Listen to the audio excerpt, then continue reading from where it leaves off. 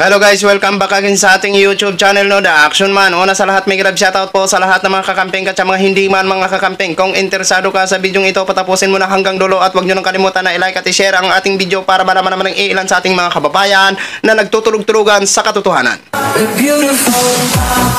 So muli naman nagbabalik ang nag-iisa nyong host na si The Action Man para magbigay ng komentaryo at reaction sa mga mainit ng issue ng bayan.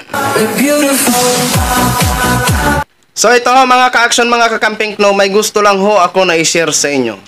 Sa panahon ngayon at maraming nangyayari sa Administrasyong Marcos, marami po ang nag-criticize sa Administrasyong Marcos. Although na karapatan po natin yon ang mag-criticize sa administrasyon dahil tayo naman ay isang taxpayer ng bansa natin, di ba? So pero nasa tama lang po ang pag-criticize. Yung patok na patok sa issue, no? Hindi yung kagaya ng ating iilan sa ating mga kaibigan yan, kagaya ng mga DDS, no? Na kapag mag-criticize sila, grabe, overreaction na ho mga ka-action. Hindi na po kanais-nais. So ito ho mga ka-action, may gusto lang ho ako na i-share sa inyo. Ito po ay isang ex-senadora mga ka-action. Ito ay ang kanyang pag-react sa Administrasyong Marcos ho, mga, no? So ito po, bago po tayo magtuloy-tuloy mga ka-action, pakinggan po natin ang kanyang react. I think the president should read more and learn more. You cannot make logical, intelligent decisions if there's nothing, no facts, no figures between your brains, between your ears. Another point is that when you make decisions, please, it's the good of the country, it's for the next generation. Remember that not all of us have an escape hatch like you do. We do not have billions of dollars stashed away somewhere. We do not have houses in other parts of the world that can be a safe haven for all of us. So please read, learn, go back and find out what happened in history, because if you don't know it, or you don't want to know about it, then you're just bound to make the same mistakes or commit the same mistakes. So remember, we 115 million Filipinos are stuck here. You have the freedom to fly anytime you want. You can have all the jets, you can buy all the houses, the palaces, the mansions that you want, and all the spending money that you could not even finish in how many 100 lifetimes. Please, don't make us look like fools, and maawa naman kayo sa Pilipino. Kayo walang problema eh. Marami kayong bahay sa ibang bansa. Pera. Madali kayong lumipad. Ginawa nyo na yan eh. Lumipad na kayo eh. O, di ba? So, yun lang ang aking masasabi. Kawawa naman po kami. At hindi lang mahihirap ang kawawa. Yung middle class, na paunti-unti nawawala yung kanilang pinag-ipunan dahil lang naniniwala sila dito sa mga propaganda, sa mga trolls, sa mga TikTok, sa mga... Hindi po yan ang kailangan namin eh.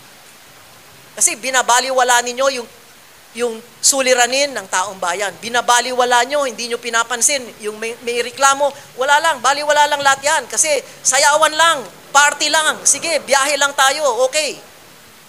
Okay lang sana kung maunlad yung bansa natin. Ngayon, meron pang Maharlika Fund. Di ba? Nakita natin sa Sweden, sa ibang bansa, na lusaw lahat yung pondo. Ang daming mga pera ng GSIS, SSS, o kung ano pa mang government institutions na ilalagay nyo dyan. hindi yan sarili nyong alkansya. Kaya mag-ingat po kayo.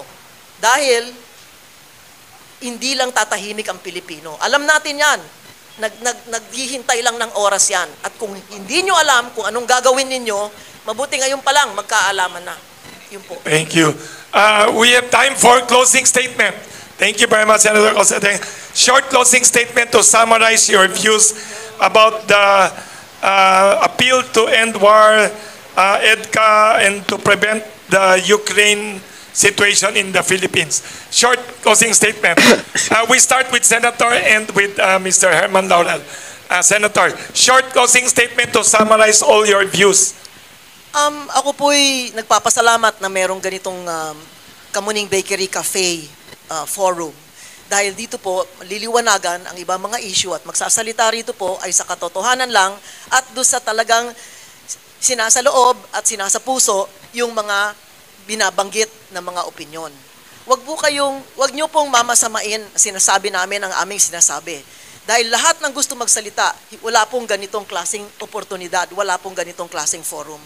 Sana po, ang kapayapaan ay mangibabaw dito sa ating bansa.